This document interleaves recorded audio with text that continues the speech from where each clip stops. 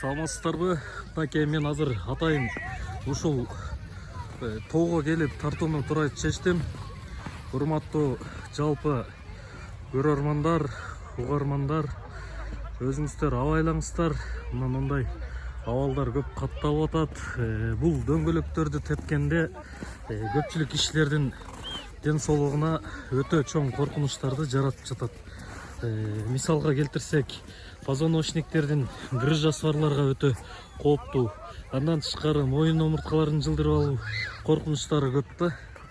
Мен жалпы элге, жалпы калкка айта кетем, колуңуздардан келсе, мондай дөңгөлөктөрдү тепкенден этият болуңуздар. Мен кеп кеңеш бере албайм.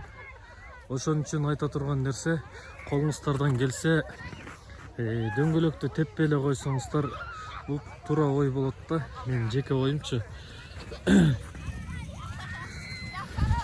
Жаш балдар менен барышып, тоолордо жаш балдар менен тебишип атат.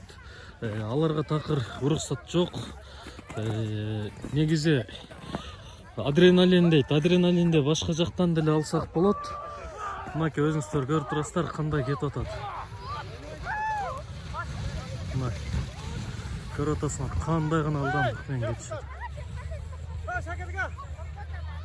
Мынакей акырында тоголонуп, экөөсү тоголонуп аябай катуу абалга келди. Ошон үчүн айта турган нерсе, дөңгөлөктөргө мен уруксат бере албайм.